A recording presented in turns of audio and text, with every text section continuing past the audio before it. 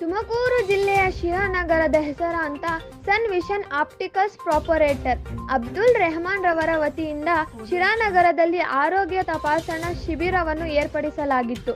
ಹೆಸರಾಂತ ನುರಿತು ವೈದ್ಯರಿಂದ ಆರೋಗ್ಯ ತಪಾಸಣಾ ಶಿಬಿರ ಸಾಮಾನ್ಯ ಜನಸಾಮಾನ್ಯರಿಗೆ ಆರೋಗ್ಯದ ದೃಷ್ಟಿಯಿಂದ ಅನುಕೂಲವಾಗುವಂತೆ ಆರೋಗ್ಯ ತಪಾಸಣಾ ಶಿಬಿರವನ್ನು ಪಡಿಸಲಾಗಿತ್ತು. ಹೆಂಗಿದೆ ಅಂದರೆ ಇದನ್ನು ಮ್ಯಾನುಫ್ಯಾಕ್ಚರ್ ಆಗೋದು ಇಲ್ಲಿ ನಮ್ಮ ಇಂಡಿಯಾದಲ್ಲಿ, ಹರಿಯಾಣದಲ್ಲಿ. ಬಟ್ ಇದನ್ನ ಡಿವೈಸ್ ಇರೋದು ಮೇಡ್ ಇನ್ ಜಪಾನ್. ಮತ್ತೆ ಇದರಲ್ಲಿ ಏನಿದೆ ಅಂದರೆ 50 ಮೀಟರ್ ರೇಡಿಯಸ್ ಅಲ್ಲಿ ನೀವು ಬ್ಲೂಟೂತ್ ಅಲ್ಲಿ ಮಾತಾಡ್ಕೋಬಹುದು. ಬರೀ ಜಸ್ಟ್ ಒಂದು ಫೋನ್ನಲ್ಲಿ ಕಾಂಟ್ಯಾಕ್ಟ್ ಮಾಡಿಕೊಂಡ್ರೆ ಸಾಕು. ಬ್ಲೂಟೂತ್ ಕನೆಕ್ಟ್ ಮಾಡಿಕೊಂಡ್ರೆ ಒಂದು 50 ಮೀಟರ್ಸ್ ಅಲ್ಲಿ ಎಲ್ಲಿ ಬೇಕಾದರೂ ಇದ್ದು ಮಾತಾಡ್ಕೋಬಹುದು. ಪ್ಲಸ್ ಡ್ರೈವರ್ಸ್ಗೆಲ್ಲ ಈಸಿ ಆಗುತ್ತೆ.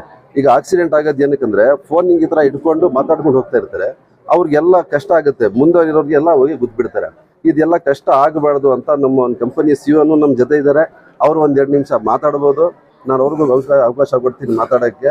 ನಾನು ಹೇಳ್ತಿರೋದು ಏನಂದರೆ, ಈ ಪ್ರಾಡಕ್ಟನ್ನ ಫಸ್ಟ್ ಟೈಮ್ ನಮ್ಮ ಶಿರಾದಿಂದ ಲಾಂಚ್ ಮಾಡೋಣ ಅಂತ ಕರ್ನಾಟಕದಲ್ಲಿ ಶಿರಾದಿಂದ ಲಾಂಚ್ ಆಗ್ತಾ ಇದೆ. ಅದು ನಮ್ಮ ಶಿರಾ ಜನತೆಗೆ ಎಲ್ಲರಿಗೂ ಒಂದು ಹೆಮ್ಮೆ ಪಡುವಂಥ ದಿವಸ ಇದೆ ಇವತ್ತು.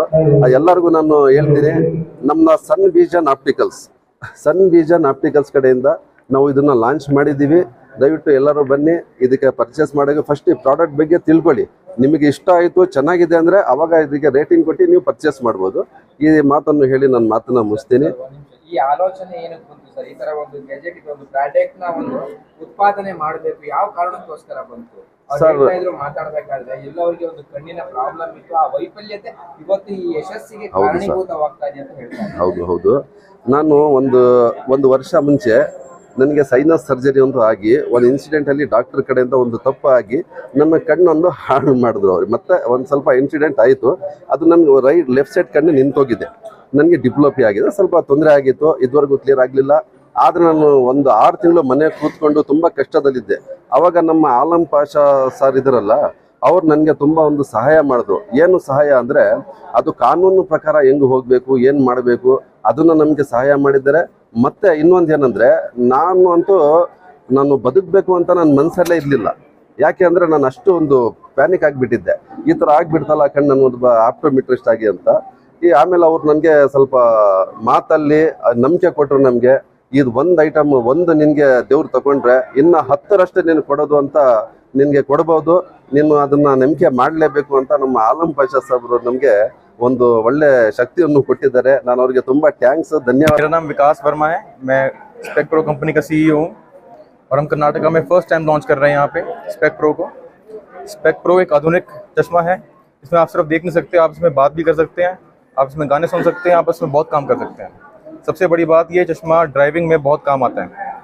आप ड्राइव करते हुए इसमें आराम से बात कर सकते हैं, इसमें कि कोई दिक्कत नहीं आती किसी भी ड्राइवर को, कोई एक्सीडेंट नहीं होते हैं, इसमें बचाव होता है किसी भी ड्राइवर का इसमें। और कर्नाटका में आज फर्स्ट टाइम लॉन्च कर रहे हैं हम। तो कर्नाटका में जो सारा काम संभालना है, हमारा जो डिस्ट्रीब्यूटर है, जो मेन डिस्ट्रीब्यूटर है, वो हमारे अब्दुल जी रहेंगे, क्योंकि कर्नाटका और बाकी भी स्टेट संभालेंगे यहाँ पे। कुछ पूछना आप पूछ सकते हैं मेरे से।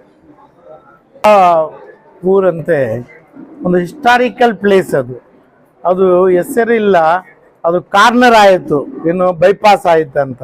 ಈಗ ಈ ರೀತಿ ಒಂದು ಪ್ರಾಡಕ್ಟು, ಒಂದು ಹೆಲ್ತ್ ಕ್ಯಾಂಪು, ನಮ್ಮ ಫ್ರೆಂಡು ಸಿನೇಗಿದರಂತ ಏನಂತೆ, ದೇವ್ರಿಗೆ ನೋಡಬೇಕು ಅಂತ, ದೇವ್ರು ನೋಡ್ಬೇಕಂದ್ರೆ ಸಿನೇಗಿರ್ ಕರ್ಕೊಂಡು ಹೋಗ್ಬೇಕಂತ. ಅದಕ್ಕಿಂತ ನಮ್ಮಿಂತ ಅವರು ಜಾಸ್ತಿ ಕೇಳ್ತಾರೆ ನಮಗೋಸ್ಕರ ದೇವ್ರ ಕಡೆ. ಈ ರೀತಿ ಒಂದು ಸಿನೇಗಿರ ಕಡೆ ಬಂದಿದ್ದೀವಿ. ಬಟ್ ಅವ್ರು ಯಾವತ್ತು ಹುಟ್ಟಿದ್ರು ಒಳ್ಳೆ ತಾಯಿ ಕಡೆ ಹುಟ್ಟರೆ ಅವರು. ಬಟ್ಟು ಏನೋ ಅವ್ರ ಕಣ್ಣಲ್ಲಿ ಏನೋ ತೊಂದರೆ ಆಯಿತು, ಏನೋ ಪ್ರಾಬ್ಲಮ್ಗೆ.